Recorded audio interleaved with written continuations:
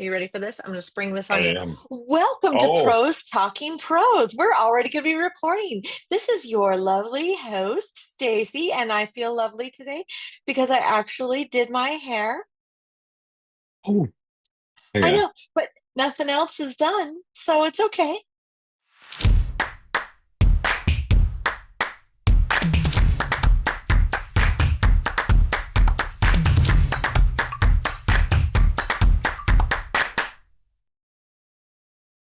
So, on the note of today's topic, I have wrote down a note last week that I thought that we should talk about today, and that is slow the bleep down.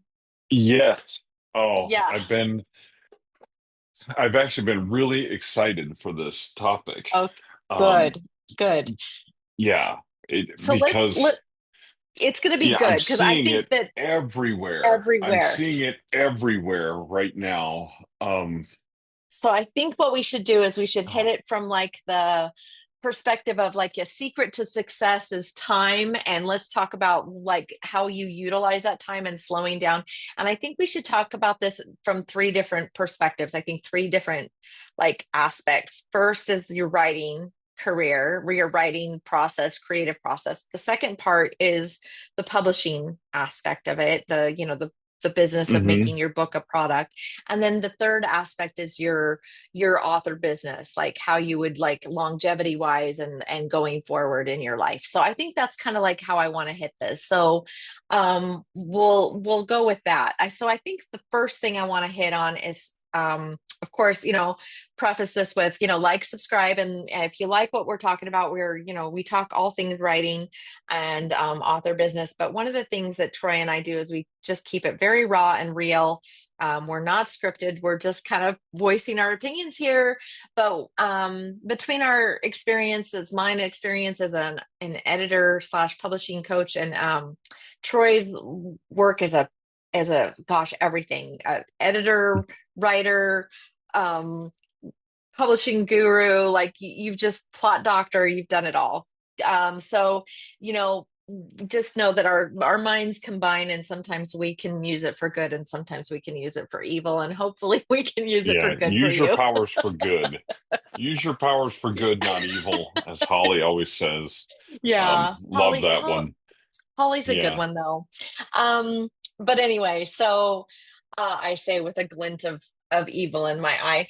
Yeah, So the first yes. thing, let's talk about like how slowing down really creates quality in writing and in publishing and in your writing career. And so let's talk about drafting first. What do you see as far as I Oh. see as mistakes often is writers kind of speeding through this drafting process, and or they write a story and they put down that first draft and they think that's it. They're ready for an editor. What are your Right. aspects and your perspective on this? So I see two completely different mistakes in this area, and both of them actually involve speed, right? Either too Hmm. quick or too slow. And I'm talking about just getting the first draft complete. And I want to make that Hmm. super clear. What I Yeah. don't mean is drafting, revision, all that kind of stuff. Because, of course, today's publishing world moves fast.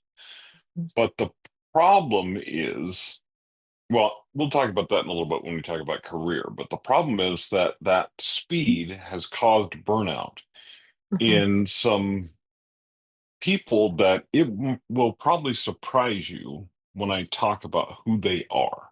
Right. Um, it- but it's caused burnout. And the reason is your creative mind only has so much juice. However, if you take way too long to write a draft, that creates problems as well. So I Hmm. think what we want to talk about with pacing here is slowing down, but slowing down with consistency. Hmm. So like both both Vincent Zander and I write about 2 to 3 thousand words a day on average, Hmm. right? Which is, but if I try to, and I have, do a 10,000 word day, what happens is I'll get my 10,000 words that day, and the next 2 days are crap, which means I got exactly the same 9 to 10,000 words I would have gotten in 4 days if I crammed them all into one, which sometimes I'll do if I'm on a deadline or something like that, Mm-hmm. self-imposed deadline at this point usually, right? And so I'll speed up that process, but knowing that what's going to happen is I used up all the gas in my tank. And so it's going to take me a few days to recharge that tank and get Right. back into it. So there are times when you just have more creative gas than others. But I mean, one of the things is consistency. The consistency does two things. First of all, it keeps you from burning out, but also keeps you from faltering and not writing. I think the mistake I see with drafting is people try to do that. I'm going to do a bunch of 10,000 word days or 5,000 word days because I've got a week off of my day job. And so I'm going to use that week and I'm going to write this novel in that week. And the result is you're burned out. So by the end of that week, the quality of the writing that you're producing is low Mm-hmm. and not good, which increases your editing time. In fact, I mean, I know a friend of mine who did NaNoWriMo in 5 days while traveling. Yeah. Yeah. Hold on a second.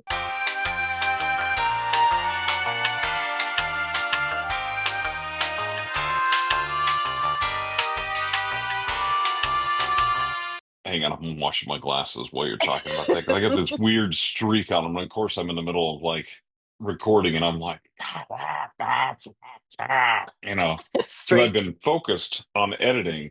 And you're so, streaking. yes, Um, I so and was well, not paying attention to my glasses. let Um, me point out something that I notice when people are drafting a little too quick or they're trying to rush that process a little too quick. A lot of times I have authors that come to me with their stories, and usually they had a great idea.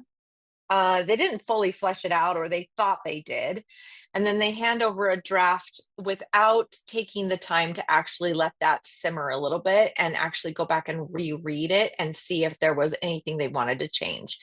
And oftentimes, I'm always going to be pro beta reader.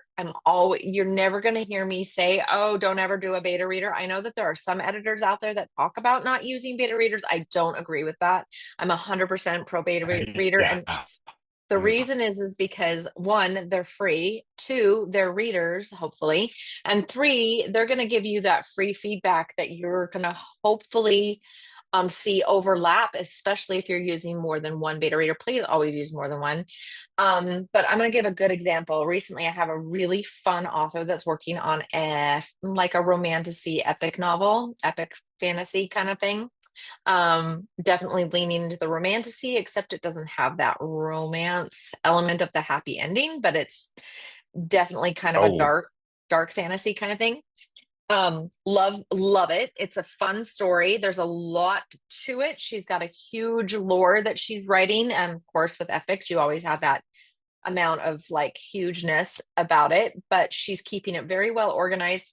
There are some things that we've been working on because when she gave me her draft, of course, there were some things in that story that I was like, oh, there's some things here we need to kind of like pay attention to. Well, she had some beta readers. Now we haven't gotten into kind of like any kind of editing. I did a manuscript review. That was the feedback I gave from a manuscript review. She went and got some beta readers, and some of my comments and some of the beta reader comments are overlapping, right? Some of the things that I mentioned, some of the mhm. things, which is great because I said, and she called me because after that beta reader commented on her book, she was kind of discouraged because she felt like there were some things that he said that didn't feel like it felt like kind of a jab in her heart. Like he was saying some negative things Mm. about her book that she didn't like. And I had to explain to her, and I'm going to explain this to everybody. This is your pep talk right here. When you get beta reader feedback, there's something that you can do with it. You can either take some of it and you can leave some of it. You don't have to take everything and you don't have to leave everything. Just because a beta reader read your book and they gave you some comments and they feel important enough to tell you that your book stunk, you can turn around and you can say, well, okay, maybe this book wasn't their cup of tea. And just like in this case, he immediately prefaced the end of all his comments with, I don't read this genre. And so, of course, I'm going to immediately go, well, then, okay, there you go. That's your answer. You take some of his comments and you can leave some of them because it's not going to be his cup of tea. So, what you're doing, what's the purpose then when you have readers, beta readers, read your book that actually took the time to read book and actually gave you the courtesy to leave comments, which is great. You want that, right? What you do is you take each of those comments and you decide what you're going to do with it. And you don't have to act on it.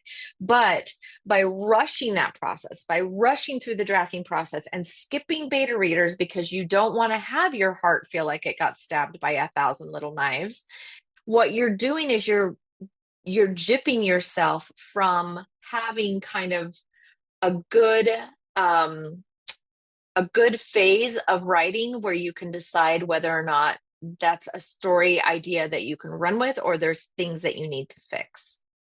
And you Hmm. yourself can be your own beta reader. When you write your draft, please go back and reread it. I don't know how many times I've gotten a manuscript from a writer where they've never gone back and reread their script. It is the weirdest Hmm. thing, but it happens more often than I think doesn't happen. Have you had Hmm. that where people give you a Well, manuscript and they've never read it through? y- yes, or they have read it through, but here's where some of the issue of rushing comes in. Um, and not having things like critique groups and beta readers, and Right. critique groups and beta readers is like a whole other discussion. But in Mm-hmm. the light of this one, what it means is slow down enough in your publication process that you have somebody else reading your stuff Yeah. Give them a at chance some to read point your in the stuff. process. Yeah. Now, sometimes you have to start your own beta reader group or critique group because, Hmm. like, I was in a critique group, and the problem was they were because the number of people in the critique group and how things rotated, they didn't come around to my stuff often enough Oh, for yeah, me to yeah. finish something quickly enough, right? So I'm Hmm. like, oh, okay. I really like the feedback that I get, but I don't get enough of it on the whole manuscript to make it worthwhile, Right, right, right? right. So there are things you have to work with. But one of the things that happens is you as a writer, if you finish your draft and you immediately turn around and read it and just read it, you are Just read it. word blind to your Hmm. manuscript. Hmm. You need to get distance from it. Okay. And Hmm. there's a few ways to get distance. And one of them Time is one. is to Time put it is in a one of them. drawer Hmm. for 6 months or whatever. Now, the problem with that is the speed at which publishing is moving right now.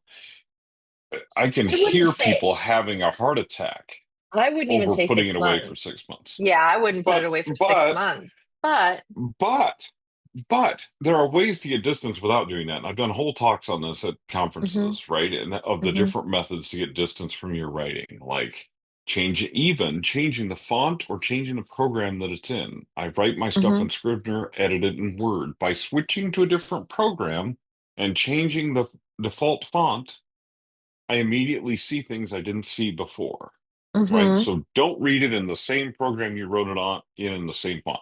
There's different things like that that you can do, but also by giving it to critique partners or beta readers, you're getting someone else's view who's a reader. Now, sometimes you want beta readers that are not in your genre, but understand what you're looking for from them. And what you're Hmm. looking for is feedback on the writing itself, not the plot and the characters that they don't like because they don't like epic fantasy, Right. right? That's not going to serve you any but they can comment on your writing, right? Some of the Hmm. things related to Or your writing. or they could So, even comment on like the character development or whether or not a mhm. certain relationship was fleshed out.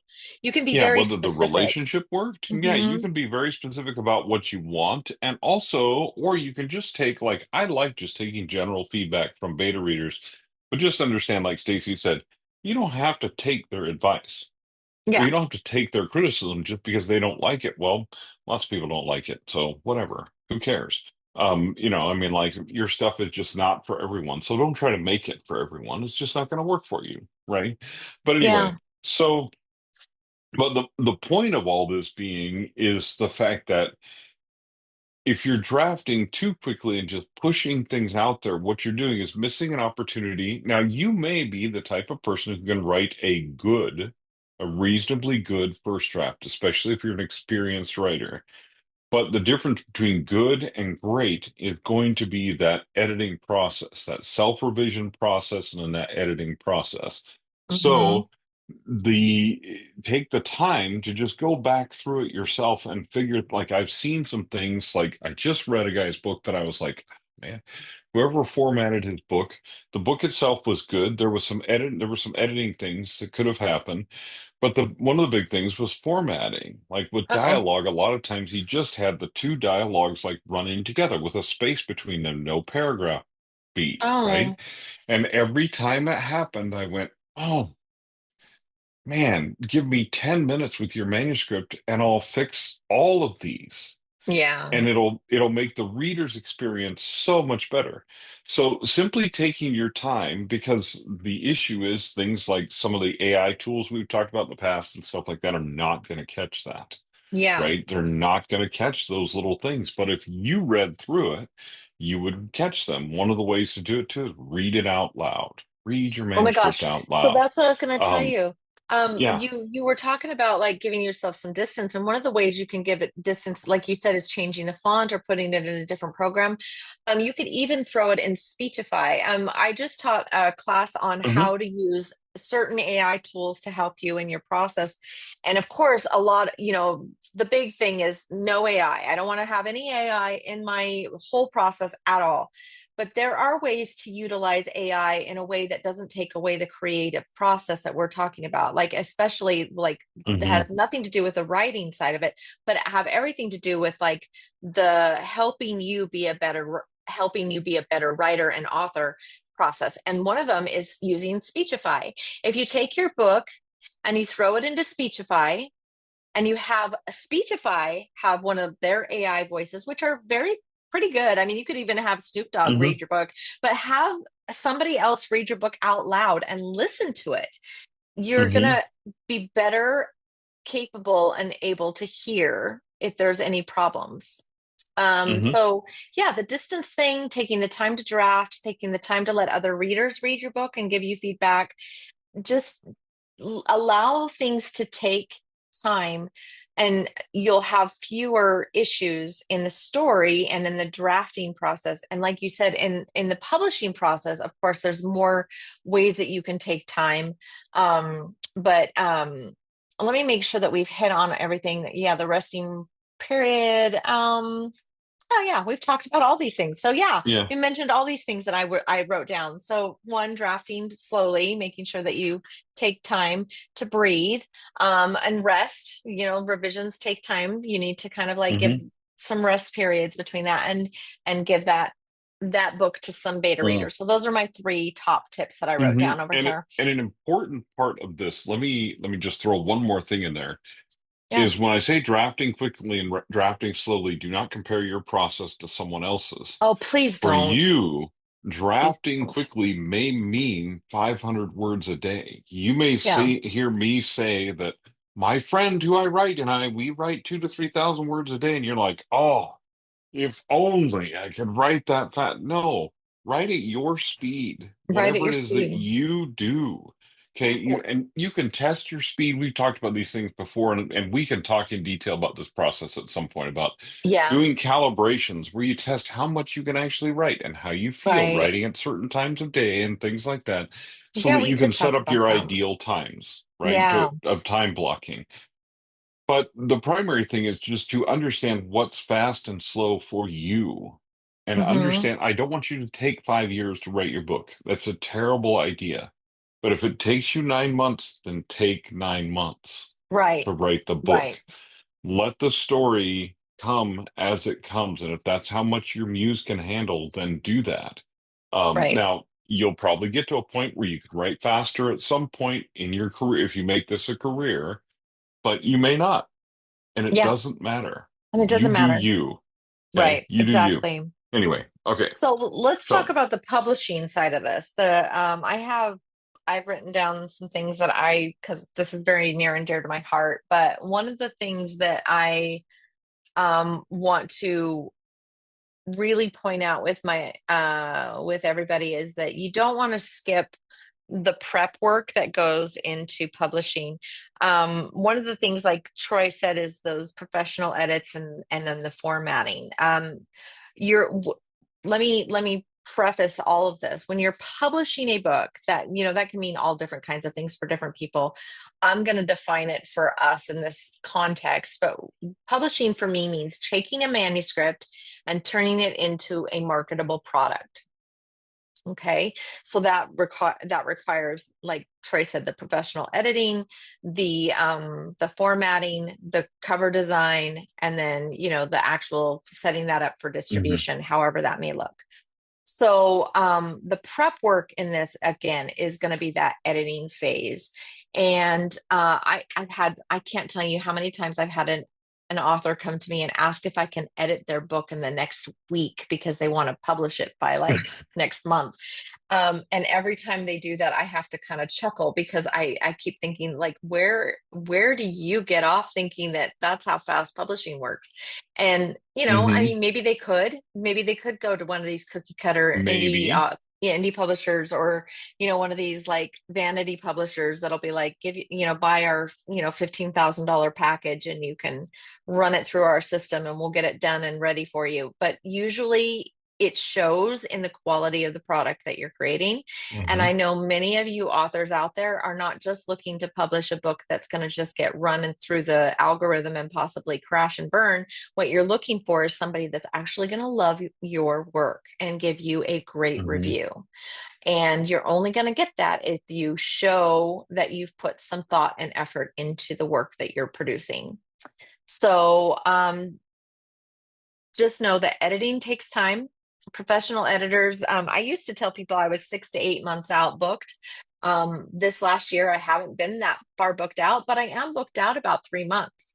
And I don't know what next year will bring, and what will happen, but I'll probably be booked out again another 6 to 8 months when people start having that discretionary income again.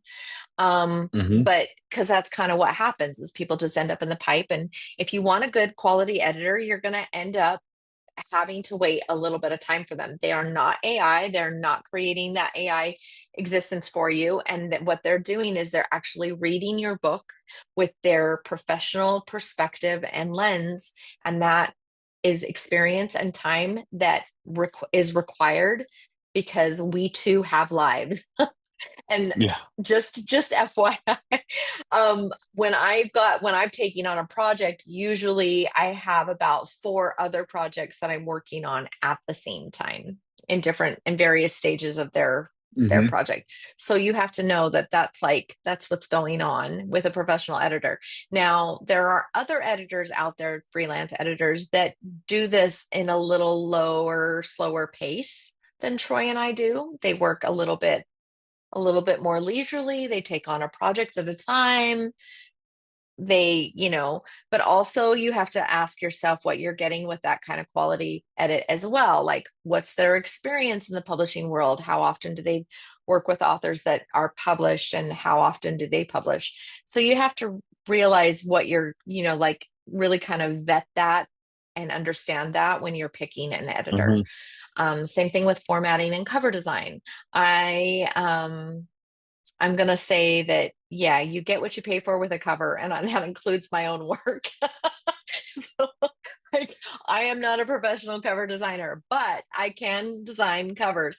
If my clients come to me and they say, Stacey, I want this kind of cover, and I'm like, okay, I know the quality of the manuscript that we're creating here, and I know that I cannot deliver on that kind of cover. I'm going to call somebody like T Very Creative, Right. like I'm going to say, Tara, help me out here, girl. I need a good quality Yeah, I cover. need something beyond what I can do. What I Yeah, I can mean, do, and think right? about this for I just want, if somebody is writing very quickly, generally as a professional author or whatever, they usually have editors on standby, Yes. like that are Yes. their editors that know they're going to put their project in the pipeline because theirs is And coming, and I right? have that system set up as well, right? Like we have that here with Print to Pro, but it is definitely one of those things where you have to know that that's kind of Yeah, the I mean vibe. that's if that's your flow as an Uh-huh. author, and you write quickly, well, then you Hmm. set that up as a part of your Ahead of process for time. the editing to happen quickly ahead of time while you're working on the next project. You're writing the next Exactly. project. Exactly. So someone else is working on editing your project or so there can be some quick turnaround times there.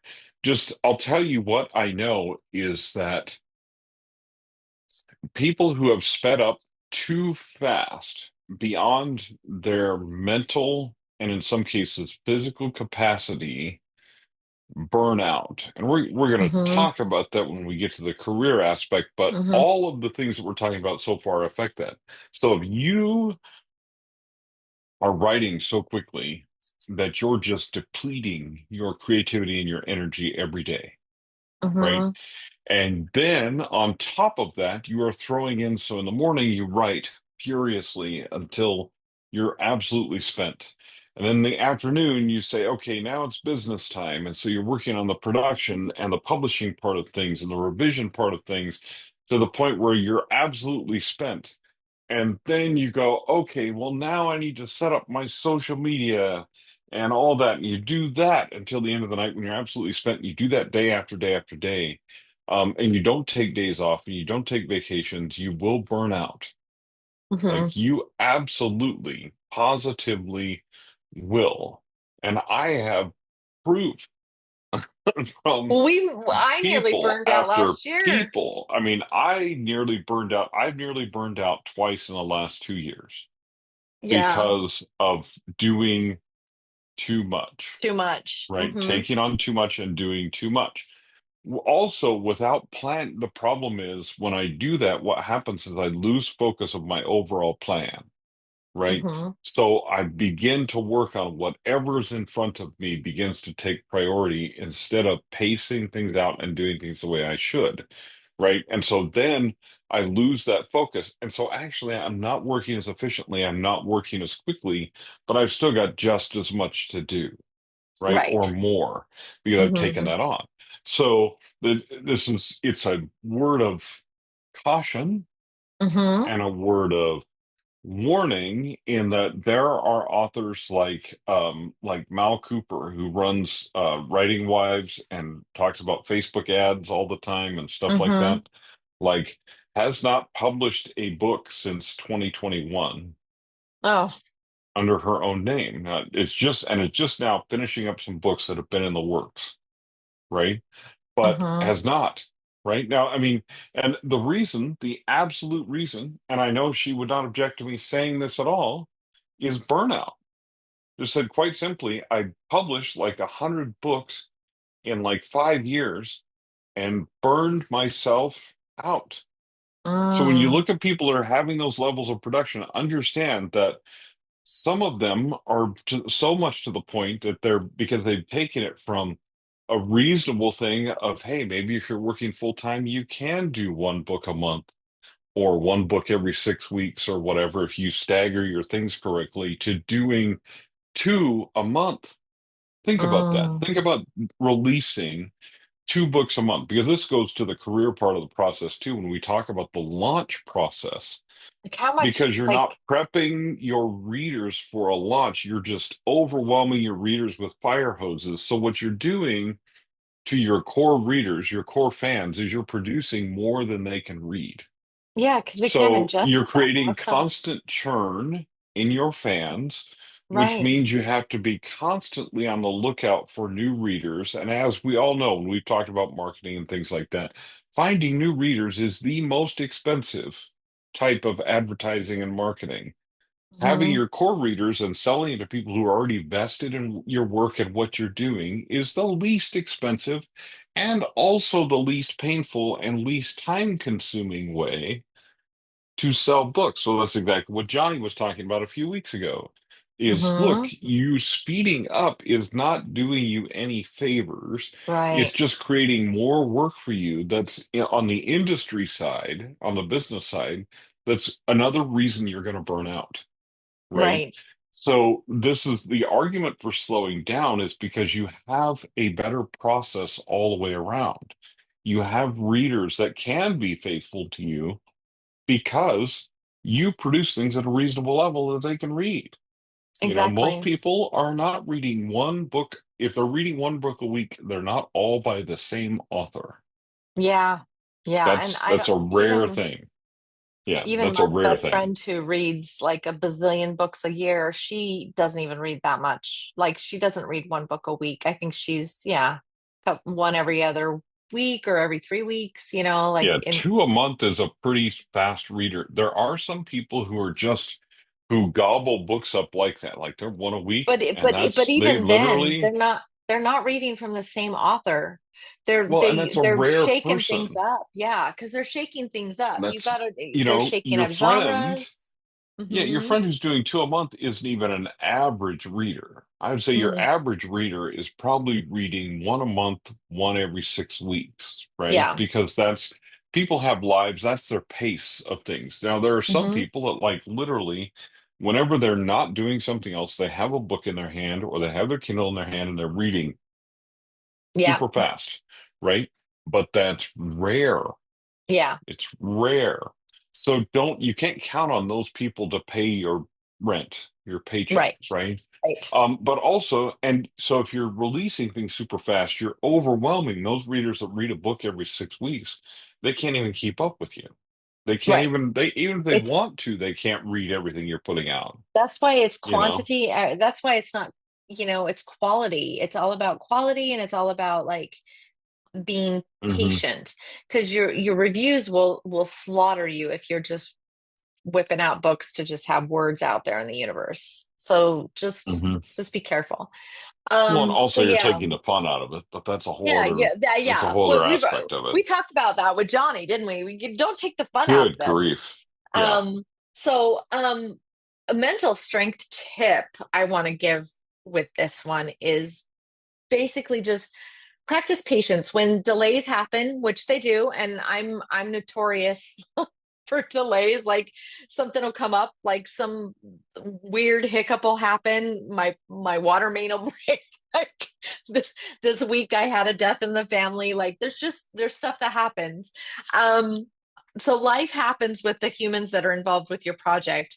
And when those hiccups happen, and this is wonderful, this is a credit to my authors that I work with, but every one of them understands and knows that going into the whole game. I also know and understand that with my authors when there's a creative hiccup, because the same thing's happening with them. If there's life happens and they're in the middle of a revision and they need an extra week to go through that revision or whatever or what have you, I'm going to be very lenient and careful and quiet and patient with that process, because I understand that life happens.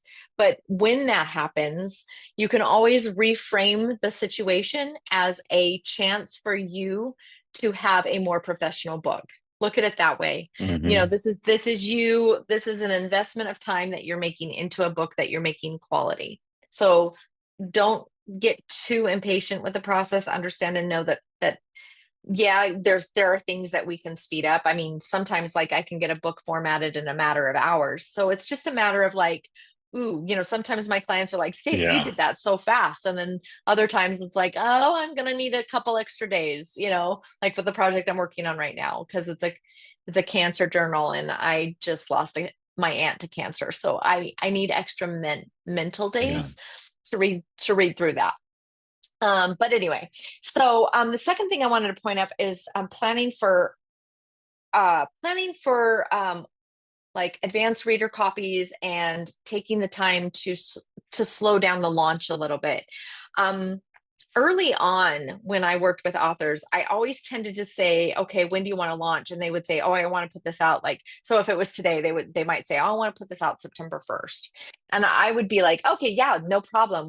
The book's done. Like we can get it uploaded. It's going to just take a matter of a couple hours, get everything all set up. I can get your metadata ready. Let's go.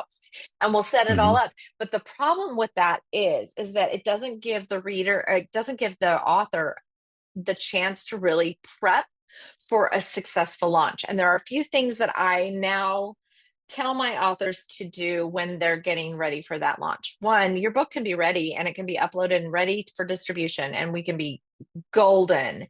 But I want now my clients to collect the proof, physical proof in their hand, at least one. I tell them to order anywhere from 1 to 3 of them. And what the reason is because I want them to give them out to a couple people.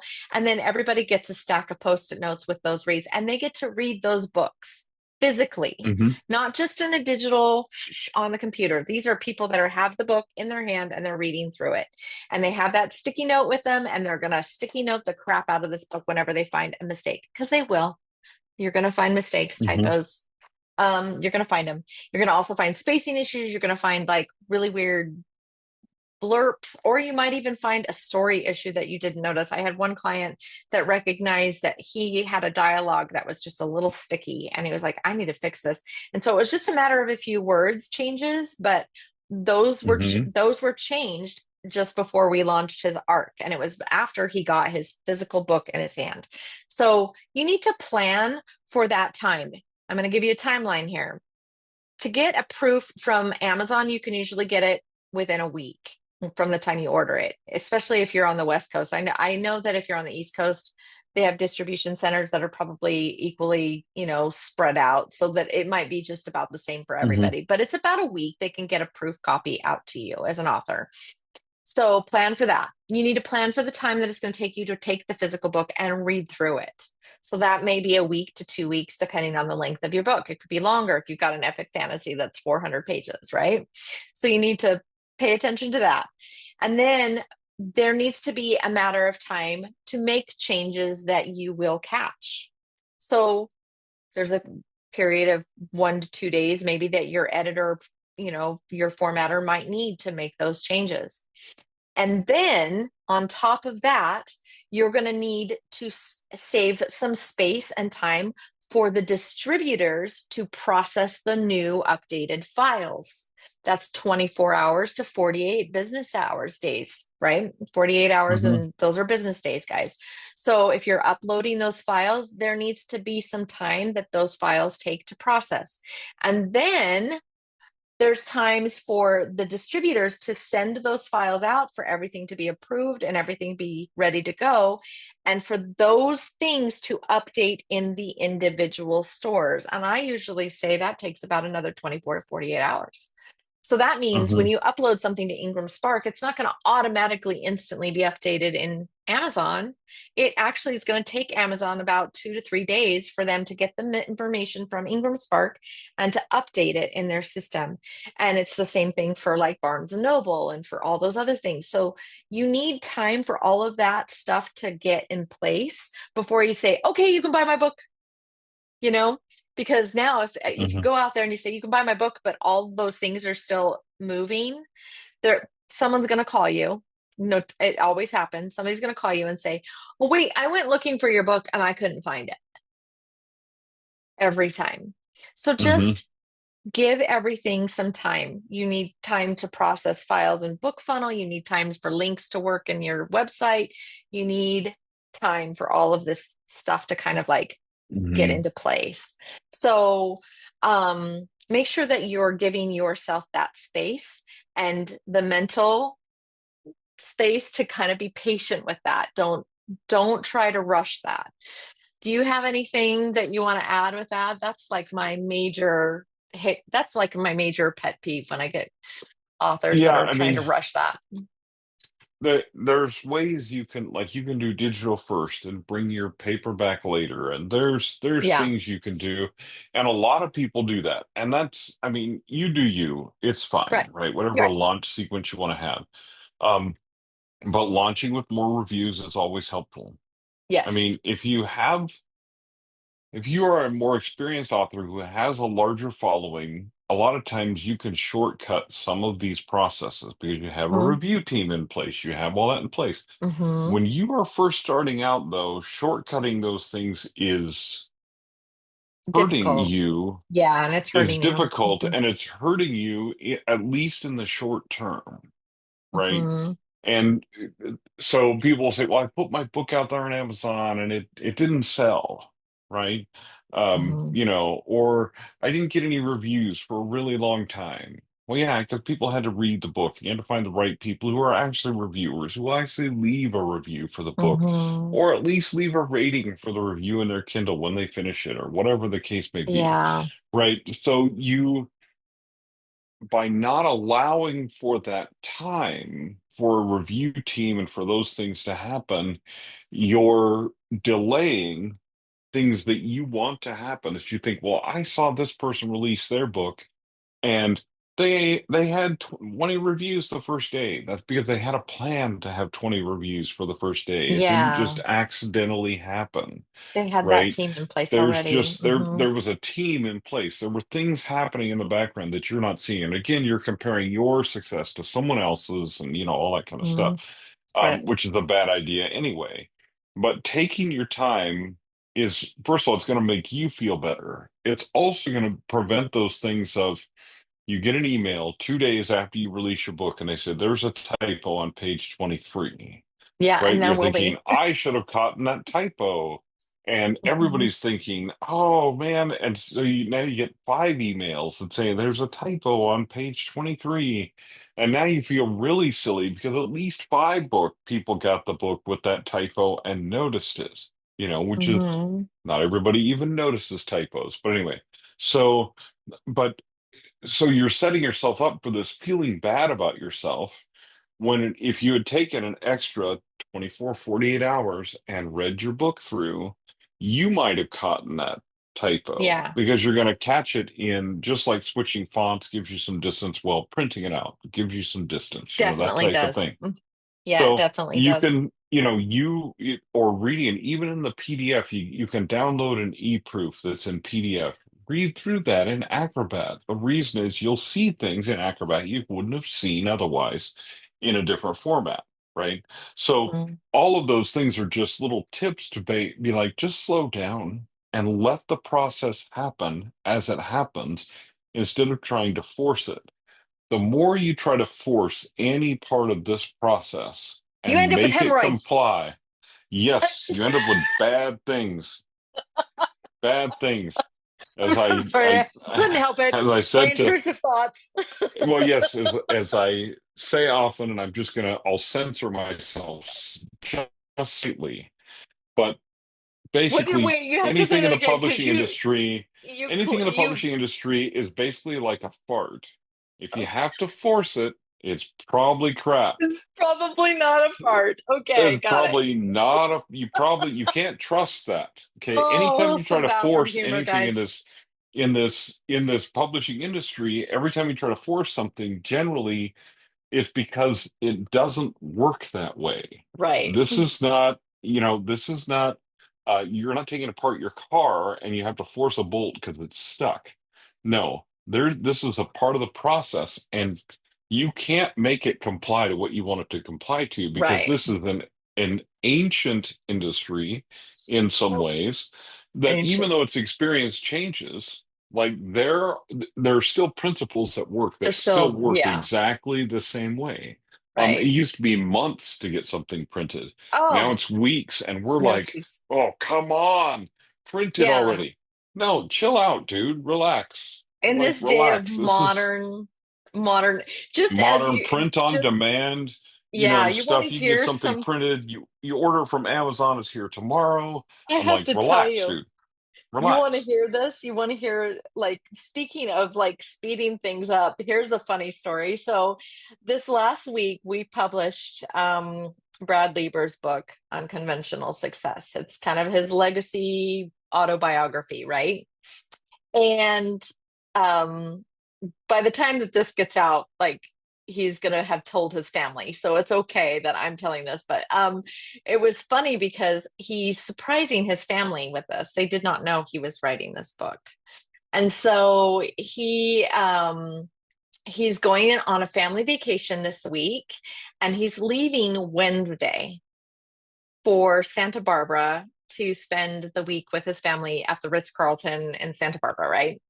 So he calls me up, or he and his, his assistant, and they're working on helping get this thing published. And we had everything ready to go, and everything looks great. They've read through the book a couple times. We found a few things, but they were completely happy and satisfied with the way the book looks. Let's get it going. So I'm like, okay. So I upload everything, and they said, well, we would really like these books to be in our hands by Wednesday so that I can tell my wife before I go to the family the next day. Now, think about this. This is Thursday, Wednesday or Thursday last week that we've just Oof. uploaded the file, and he wants this book in his hands on Wednesday this week because he's leaving town Thursday. So this is me going, right? So talk about slowing down. I'm like, so I was laughing. So I said, okay, guys, here's what we can do. And I said, we can upload the book. It takes 3 business days for Ingram Spark. By the way, he hadn't even opened his account yet. It takes Oh no. Ingram Spark, Oh when you open an account with Ingram Spark, sometimes it takes a whole 24 hours for your account to be yeah. processed, right? So he hadn't even opened up his account. So there's that. So I had to open his account. I had to upload the files. I had to wait the 3 business days for the title record to be created by Ingram Spark. And then I had to then order the book as a rush because that means they can have 2 business Hmm. days to print the book. That's a rush, by the way. Usually it's like 5. They want 5 business days. So 2 business days to print the book, which upped his book about $4 a book. We're printing these Hmm. as hardcovers. The hardcovers full cover, full color. Oh So you can no. just you can imagine how much money this is. So hardcovers, full color, rush printing, and he wants it overnighted. Oh, So can you imagine how much money this is? So ouch. anyway, so I'm like, okay, guys, first of all, this is gonna be very expensive. But secondly, I can't guarantee that all these times are gonna are gonna roll But smoothly it's actually because going to be accurate.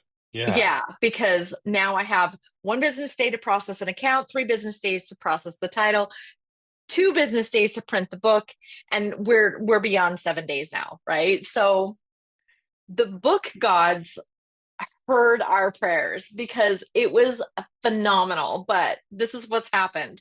And this is like so rare. This is the unicorn, guys. Like it doesn't happen this way.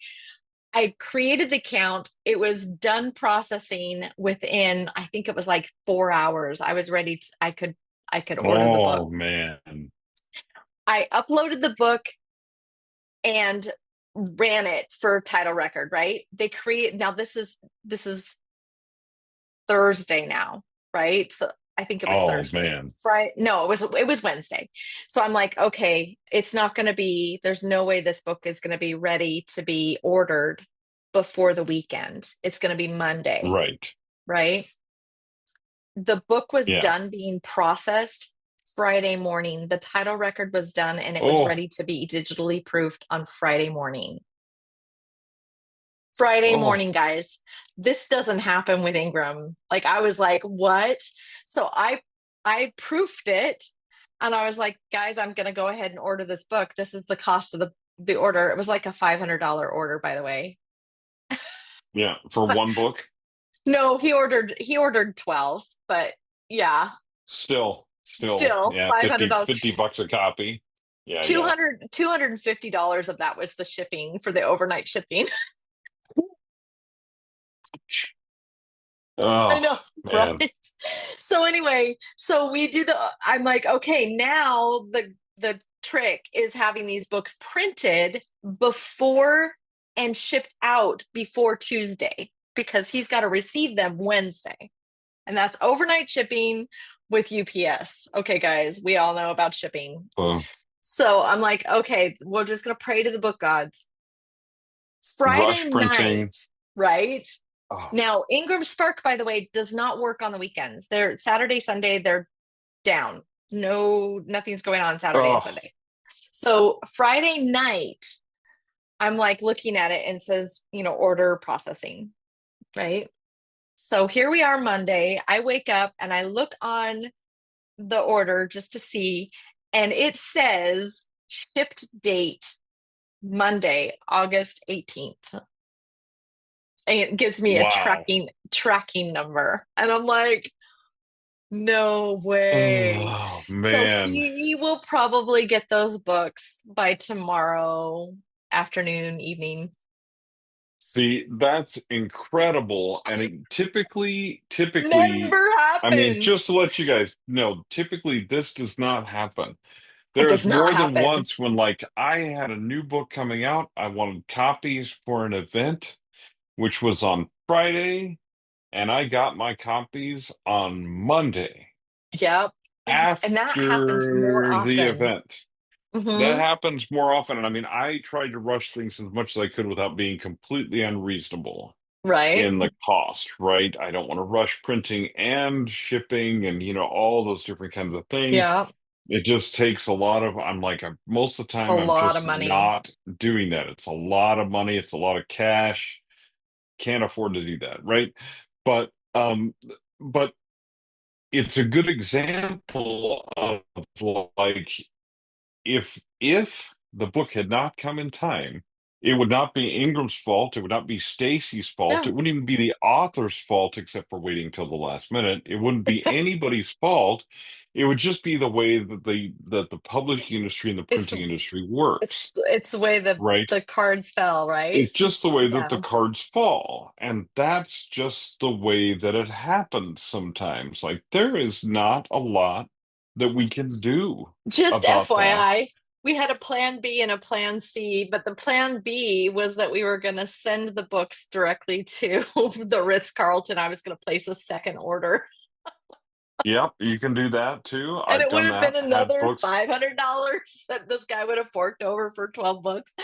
Oh, it was Yep. crazy. But Well, anyway, and just F, sometimes, yeah, that's what you yes, like. If sometimes it's that's what you worth do. it to the Uh-huh. client, in our case, like when we're doing business books and stuff like that, where people have money, but the majority of authors that They don't. They we don't have deal with $250 is for that you shipping. don't have the extra money to do these miracle things anyway. And even if you did, it ruins your profit margin, Yeah, there's right? no way. The whole So, reason that Brad's even doing this is these are gifts that he's giving to his family. This was not even like he's not selling them. There would be no profit in these books. But get this though, kicker. You know how I tell you I wanted proof before you guys before we publish? Friday morning, I got a text message from the assistant and he says, I found a typo. And oh no.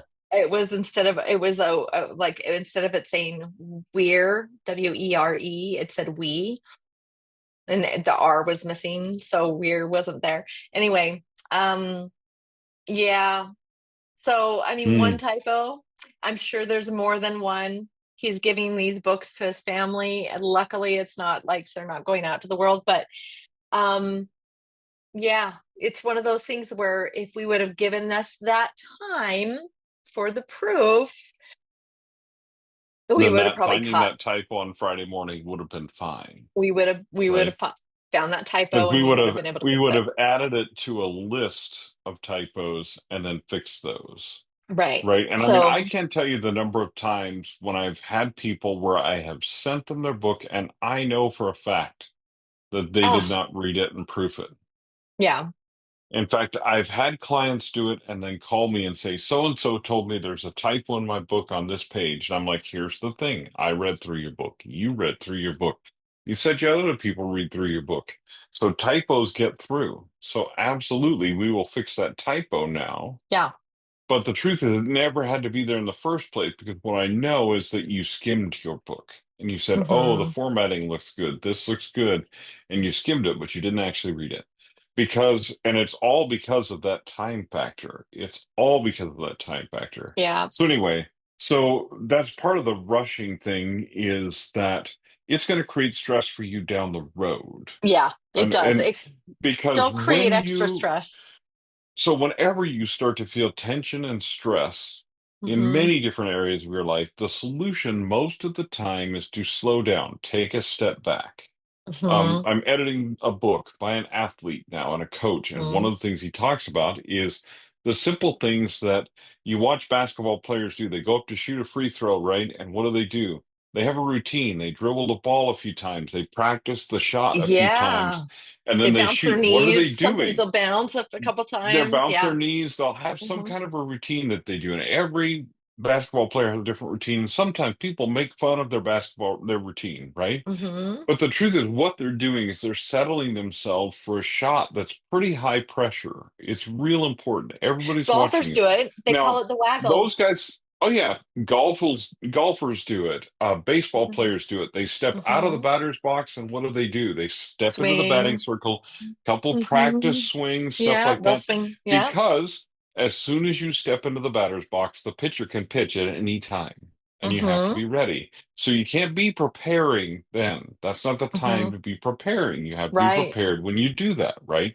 You as an author, sometimes when you're about to step up to that plate and publish, you need to take two steps back and think. Take And some swing your bat. practice swings, Yes. Swing your swing your bat a bat, little bit. and Yeah. take a minute, breathe.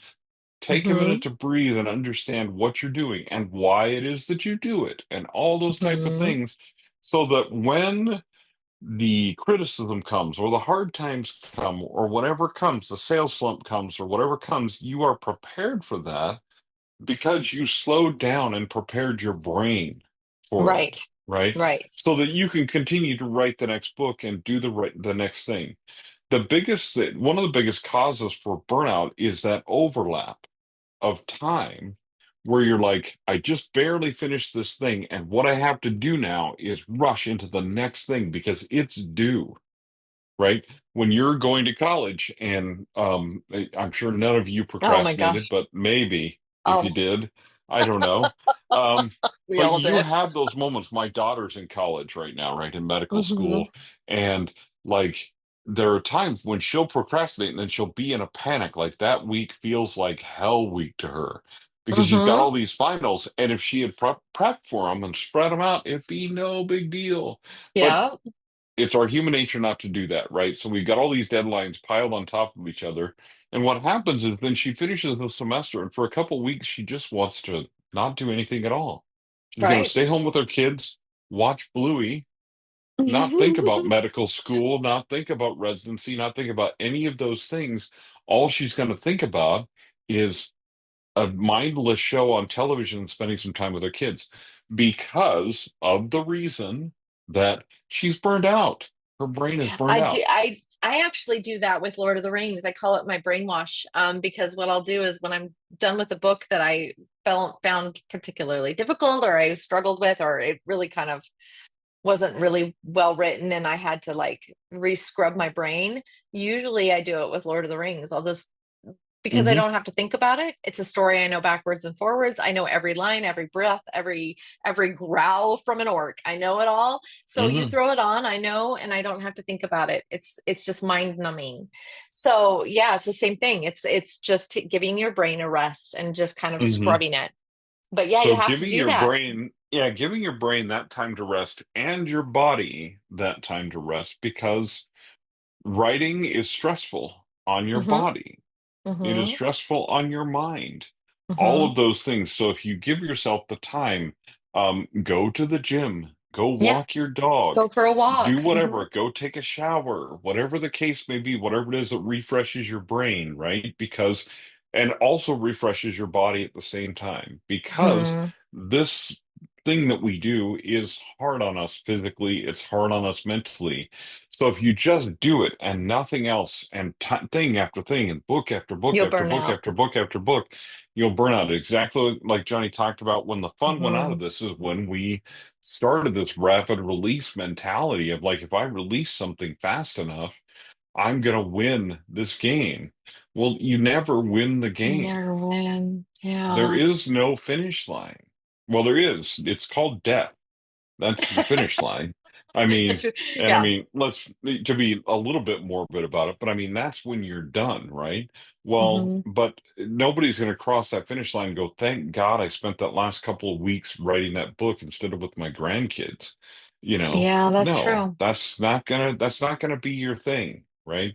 So just slowing down is not only to catch the typos and make your stuff more professional, and to but it's for your sanity. It's for your It's for your sanity. mental sanity and your physical well-being and all of those things. Exactly like Johnny and you talked about. You'll see these guys up there on the stage at writers' conference bragging about how much money they made. Well, that's their gross, not their net, first of all.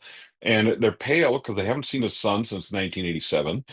They're overweight because they're sitting there writing all day, eating snacks. They have a huge house with 15 rooms, but they live in two of them because they don't ever visit the other ones because all they're doing is pursuing releasing things as quickly as they possibly can and then managing their Facebook ads and managing all the things that they're doing, and they're not doing anything else. And part of the point of like being a writer and being a freelancer and all that kind of stuff is that you can take time off, Hmm. that you can be flexible for people.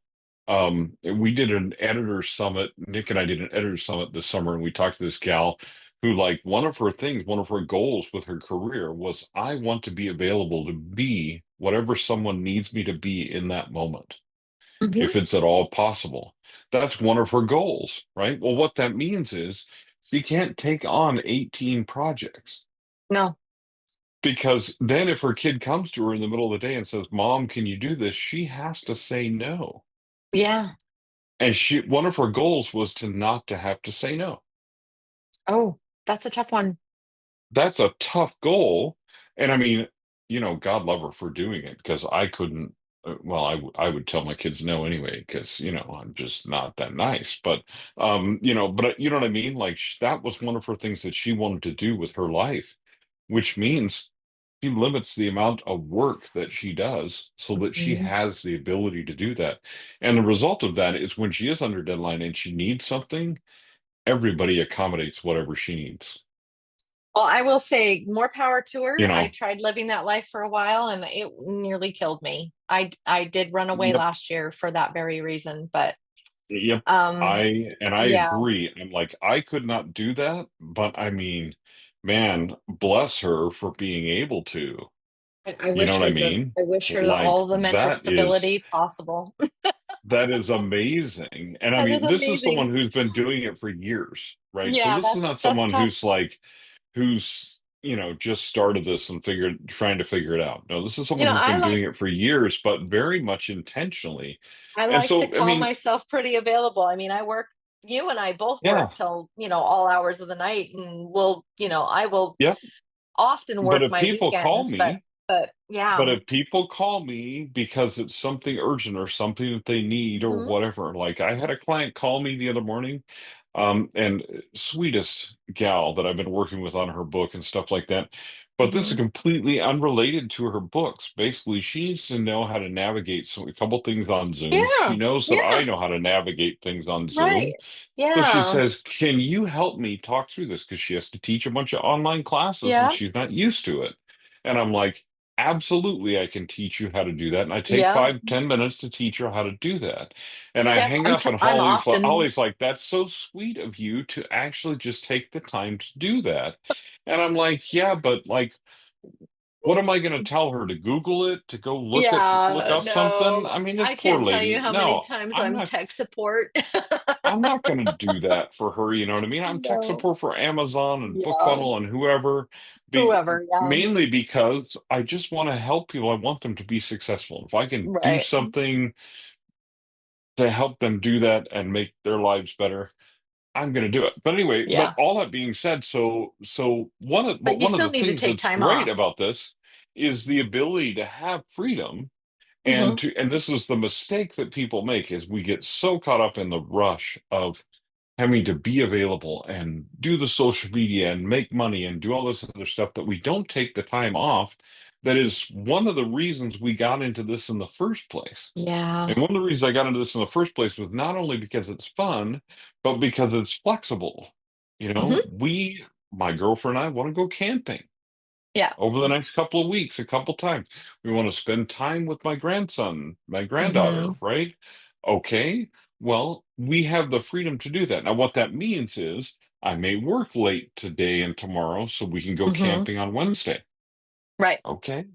Well, but I that's still have flexibility, that right? freedom to do that, Yeah, and right? that's So that I can flexibility, go in the right? mountains and not be in contact on Wednesday and Thursday, and the world will not end, Yeah. right? And my book empire will not crumble into dust all of a sudden, right? Yeah. And for most people, that's not going to happen anyway. But we've been so much ingrained to just be Go, go, machines and go, go, robots go. and Yeah. work constantly. And this is one of the dangers of AI that I've been talking about is that danger itself. We've already been taught to be machines. Now we're Hmm. being taught to use machines to be even more machine-like. Yeah. And we're losing our humanity because we're using it to not to save us time so that we can relax, but to save us time so we can do more. Yeah. And Well, that's dangerous. that's not the point. That's not Yeah. the point. The That's point is to dangerous. use it to help me with my email and social media so that I can take some time and maybe go read a book Yeah. or Yeah. sit in a chair for a little bit or take a Or vacation go or to the cook movie myself with a my nice daughters. meal. Yeah, go Yeah. to the movie with your daughters for a couple hours and come back and not feel Mhm. guilty about it. Yeah. Right? Yeah. That's what all these tools are for and what AI is for is not to Hmm. free you up so that you could do even more, but to Hmm. free you up so you can do less and take Yeah. some more time off. Slow the hell Slow down. down. Yeah. Use AI to help you slow down, not speed up. Speed up some parts of your process so that you get downtime and time off, or time to take more time with your publishing, or take more time with your whatever it is that you're doing, Or yeah, right? your marketing or I social mean, media man, marketing or come whatever. on. Yeah, I mean, use it as a tool so that you don't feel so tense and so rushed. Because if you use it as a tool and it just makes you feel more rushed, and I've had to look at this over the last month and a half and say, okay, what problem am I solving with this tool? And what is that really enabling me to do? Yeah, Is that exactly. enabling me to do another thing, or is it enabling me to knock off work earlier and go read a book? Yeah, Well, I wanted to do the second one, not the first one. right. So you got to Well, keep and that then in mind. Anyway, yeah, that's like that segues really nicely into like how you transition from an author, that's just published a book to an author who has a business.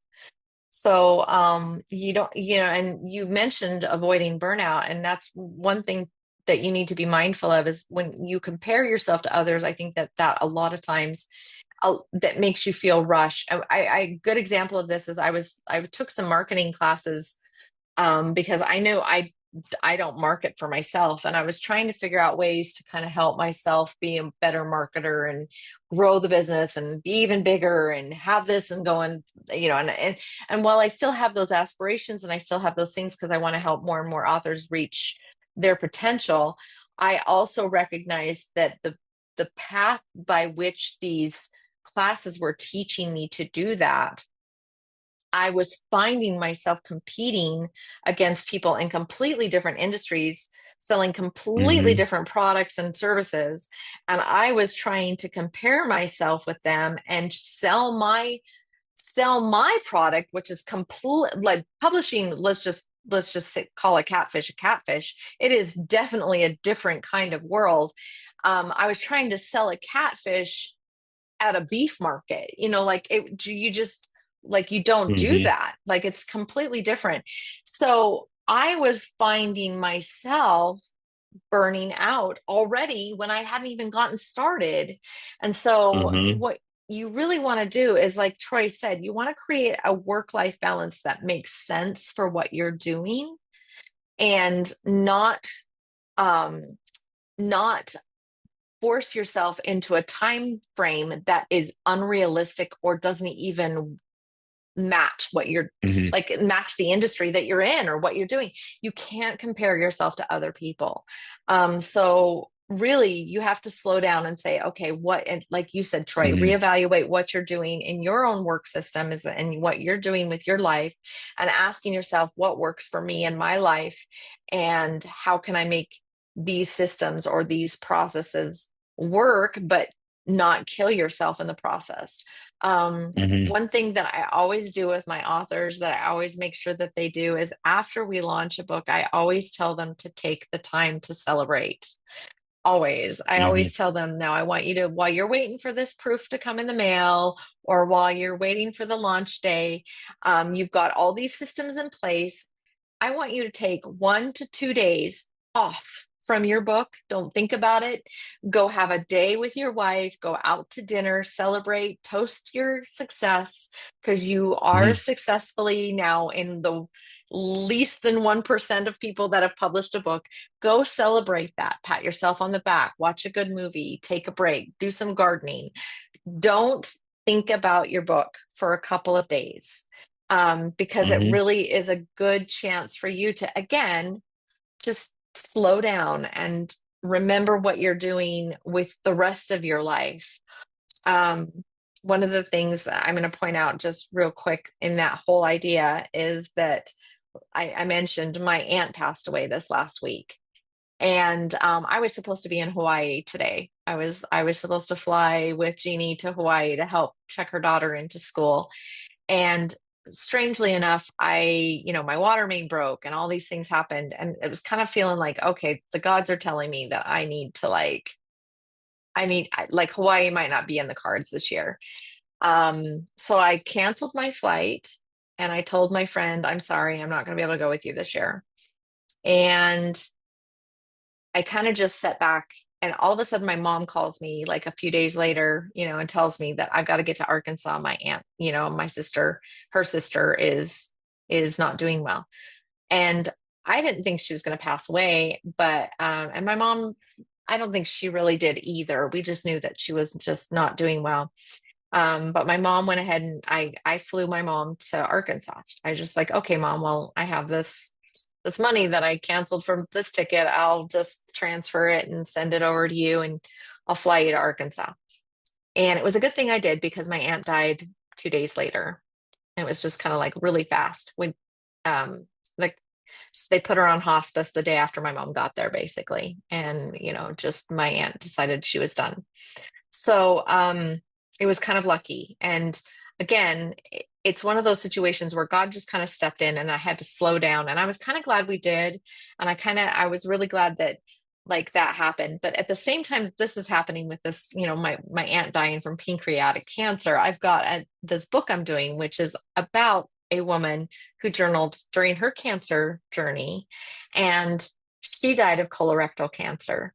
And I'm like reading this at the same time that this is all going on in my life. And what's really interesting, and one thing that she said in this book is she quoted Shawshank Redemption, either, when Red said, you got to Hmm. get busy living or you got to get busy dying.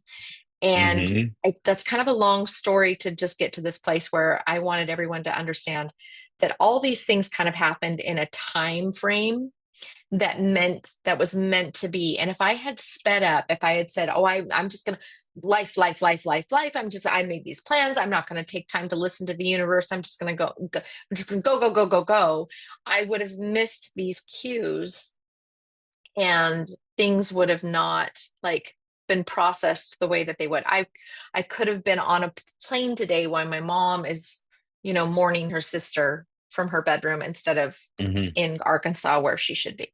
So, things like that, you kind of just need to let life kind of happen and follow the cues, take the time to really live life and not just try to rush through it. Time goes fast enough as it is. You don't have to speed it up. It really is going to go fast enough. So have a Hmm. long-term strategy. That's going to be my second tip in your business. Like have a long-term strategy. Don't try to speed things up. Just take the time to, I have this goal and I want it to happen about this time. And I'm going to work toward it every day. I'm going to have a little bit, kind of like Troy, when you write your books, I'm going to write 1 to 5,000 words a day and I'm going to see what happens. And, if you don't hit it, you don't hit it. You got, you made some progress. But, if you did, wow, okay, I did great that day. Um, so in an author career, we've said this a few times, Troy, we've said this is a long game, right? Hmm. And we've said that for a reason, right? Yeah. Yeah. Well, and Because it's yeah, because so, and I often tell people the reason. So when I first started, writing full time, I had a 5-year plan, business Mhm. plan, Right. and I finished it in three. And people are like, Wow. yeah, that's amazing. And I'm like, yes, that is amazing. But here's the reason I finished it in three. It was a fairly conservative plan. Mhm. So the way to feel that sense of accomplishment, because since then it has been a struggle to finish my 5-year plans in 5 years. And the reason is my plans got more ambitious because I somehow in my brain said, oh, that's what I'm capable of. So I might as well set Mm, that as a goal. that's Well, terrifying. you screw yourself, right? Because Hmm. then you struggle, and when it takes you 5.5 years to reach that goal, you're like, oh man. Yeah. It's not a Now I'm a failure. It's failure. not a fa Yeah. It's not a But it's not. failure, but you feel like one because you didn't reach your goal because, Right. and another part of it is because I started setting goals for outcomes that were out of my control Right. Mm-hmm. other than things that were in my control. When I first started out, my goals were all things that I could do. Like, if I make this happen, it will happen. Like, Right. there is no external force that can make that so it doesn't happen. If I stick with what my parts of the goal, it will happen. Right? Same thing with fitness, with all kinds of other stuff that you do, Hmm. right? That's just the way that it goes. You set goals based on what you can do. You What you say, can I'm going to do. work out an hour a day. You don't say, I am going to have a six pack and be shredded by December, because there's lots of things you can't control Yeah, there's things about you can't that, control right? there. There's things you Hmm. can't control about that. I mean, there's things you can, put down the Twinkie, all that kind of stuff. But you know what I mean? But but I mean, like, there's things that are just out of your control. But I can control setting aside an hour a day and saying, I'm going to work out during that hour, Right. right? That is something that I can do. Okay, awesome. Okay, so if you hit that, you accomplish your goal. Now, if on as a side effect of that, you're in much better physical condition, awesome. That's a Right. great side effect. That's an outcome, but it's an outcome that's absolutely out of your control, right? Right. So, um, that's my first business plan was filled with things that were in my control. Since then, there have been times when my business plan has been filled with things that are not in my control. Hmm. And I'm like, okay, so what I've had to do in the recent past, really over the last year or so, now it's been a little bit over a year, since my career life was pretty much blown apart and disrupted from what I thought it was going to be. Hmm. Um, what has happened since then is I've had to set goals again that are within my control. And it has Hmm. taken me a little bit to make that mind shift back to things that, like, this is something that I can accomplish, that I can do. And Hmm. it doesn't matter what someone else does as long as I do this. Now, if I have that thing done, does that automatically guarantee me success? Nope. But I'm sure a heck of a lot closer than if I don't have that thing done. Exactly. Exactly. Right. So Hmm. that's a part of it, is when you're setting these goals, yeah, have goals and have aspirations for your business, but have them be things that you can control. I'm going to faithfully go out and generate leads for my email list. I'm not going to set a goal of I'm going to have 20,000 people on my email list by the end of the year, because those are things I can't control. Yeah, but you can control the, yeah, like Troy said, you can set a goal that okay, what I'm going to do is I'm going to create an email newsletter that I'm going to send out to my readers once Hmm. every other month or whatever, so that I can Well, create and nurture those yeah. relationships, right? And I'm going So to do yeah, things like join newsletter promos that get me new subscribers every month. Now, how right. many subscribers are going to come out of that? I I don't know. don't know. And it doesn't matter, Yeah, because it doesn't make any difference. What makes the difference is that I put in that time. Right? right. Now, in the long run, what that means is that maybe by the middle of next year, I will have 10,000 people on my subscriber list, and they'll be good quality leads because I spent the time to nurture them and do To all that kind nurture of stuff. them. And I Hmm. slowed things down a little bit, right?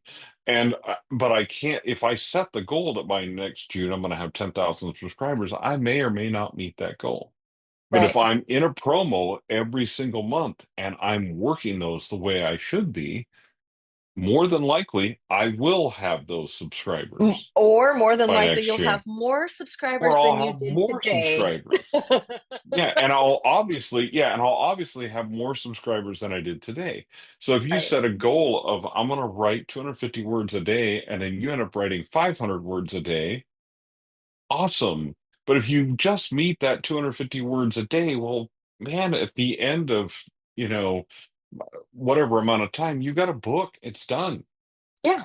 Okay, okay, awesome. You got a draft done. Not because you set a goal of I'm going to have this draft done by November 30th, and I'm just going to do nano this year and I'm going to have this draft done by November 30th. No, what I'm going to do instead is I'm going to every day during November, I'm going to write 1,000 words a day. Maybe I can't do that 1667 and nobody's doing nano anymore anyway because the organization's Hmm. gone, but whatever. But whatever challenge you want to set for yourself, right? But as long as you're making that word count, you're successful. It Yeah. doesn't matter if the draft is done 100%. It doesn't matter if this or that or particular thing is done. You wrote those words every single day. That's what matters. So, Right. yeah, it's super important that you shift those goals to something that you can control, which a lot of times just means slowing down Yeah. to something that's reasonable, you Yep. know?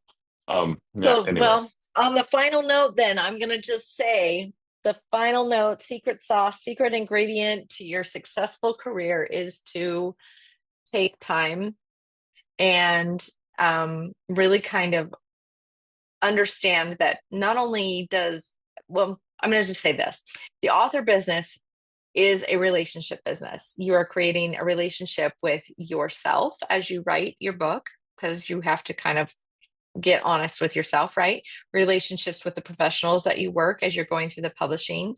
And it's a relationship that you create with your readers.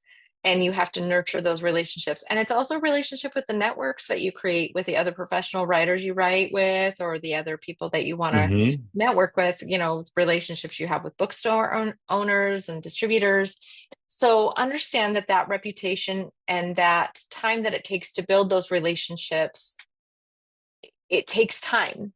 That is not something that is instant. That is not something that, and it can be easily torn down in a matter of seconds if you do not take the time to allow things to really kind of culture, right? Think about the way I love the way nature works, right? Because nature, like honestly, as fast as us humans want to make things happen, like we are constantly pushing, right? Push.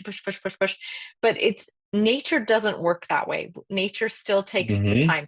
You cut yourself, there's still time that has to happen to heal the wound. It's just, I mean, you can't speed that up faster than your body will naturally take to have that happen, right? So it's the same thing with this thing. It's like Troy said, this business, there are things, there are aspects, there are variables that kind of speed up and that can be sped up, but there are also things that do take time naturally, and that is because we are humans cultivating relationships. So really, the most important part about this whole, I think, thing is to understand that one, life involves people. Life is your family, your friends, your relationships with your readers, your networks, all those things. They're all family, they're all relationships, basically. They're all these building these relationships with these people. And so take the time to let those happen naturally and protect yourself emotionally when things are kind of not going the way you planned. I have a daughter that absolutely, from the day she came out of the womb, has been a control freak. She like runs on a clock, right? Like she has to have things happen very methodically.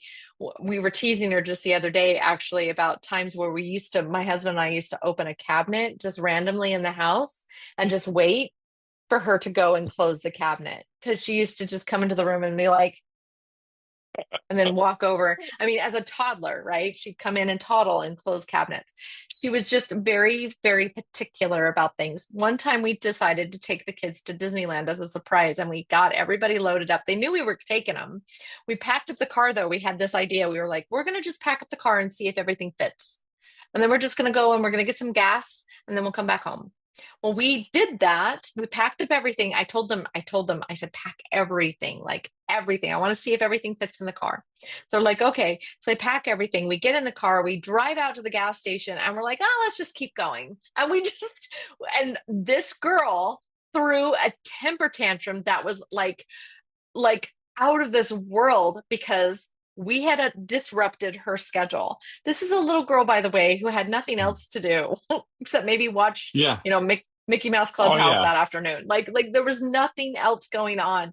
But she was so upset because she had left her iPod at home, and Oh.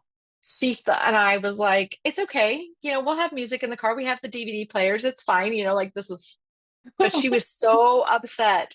But but it was like we had rushed her time. We had rushed her time schedule. Hmm. My husband just came out. She said she laid out her toothbrush and pajamas and left him on the bed. Anyway, so Oh, that was yeah. another thing. But anyway, it was just because she had things timed in her own way. There, Hmm. don't try to rush things, but like prepare yourself also for when things don't go your way. Because like Troy and I said, oftentimes you can hope that the book gods, bless you, Oh. are going to pay attention to your order and want to send you the books the day that you want to deliver them to your family on your family vacation. And sometimes that works out, but sometimes it doesn't. And you need to be prepared when those things just kind of don't work out that way. So Hmm. keep yourself grounded in reality. Yeah, for sure. When you telling that story reminds me of we had a roommate in college that like was a little OCD and stuff like that. So we would do the same thing. Like I would come in and deliberately like knock a little dirt off my boots, and then I would just And set my boots to the side, and we'd all sit on the couch and just bet how wait. long it would take him. Like we had a pool going to see how many minutes it would take him to go pick up the Oh my dirt by the gosh. front door. Anyway, it was pretty funny. I will But say there, it yeah. makes her really good at what she does because she's very detail oriented, but honestly, it's just it drives a mother like me out of my mind when I'm like Well, and spontaneous and I mean, hey, we can be real for a minute and say there are a lot of writers that have ADD and have hmm OCD components to their personality. And a part of that is because that's the type of personality that also gets the creative genes, is we get the hmm good and the bad with this stuff. hmm And so there may be a part of you that is very, very upset that things are not going the way you would like them to, or not happening in your time frame. Yeah. And that is, first of all, perfectly normal and perfectly natural, and it may be a part of your personality that you really can't do a whole lot about. But that act of slowing down and changing your expectations, because if your daughter had not had the expectation that you were Right. going back home, then it wouldn't have mattered. If her Right. expectation had been that we're driving out of town now, it wouldn't have made any difference. Or if her expectation had been mom and dad kind of do whatever they want, so who knows what's going to happen next. So Yeah. I should just be Right. prepared I'll just be and have prepared. my jammies loaded already anyway, because, That was what the I other mean, two did. if I'd been Stacey and Williams' kids, that's probably what I would have done too. I would have been like, "Now, mom's not predictable, and there's nothing about that that's happening." So, but you know what I mean? I mean, it's a partly you're setting up your expectations as an author of the way this industry is going to go. I Right. mean, and let's just be honest, it doesn't go the way we want it to all the time, and No, sometimes we as creatives have these personalities that really struggle with that. It's okay. it's It's okay. okay. I'm here to Yeah. tell you, you'll survive. Yeah. Yeah, Well, yeah. there's no real book publishing That's emergency that ever really happened. It's never life and death. Yeah, I mean that's Never. another talk for another time is about how we as authors go into fight or flight mode as if because our bodies do not know the difference Yeah. between Hmm. an actual life and death situation and getting our book out on time. So we Yeah. produce this anxiety inside of ourselves because of our expectation, because of the way we set things up for ourselves, and we go into these modes that are not real.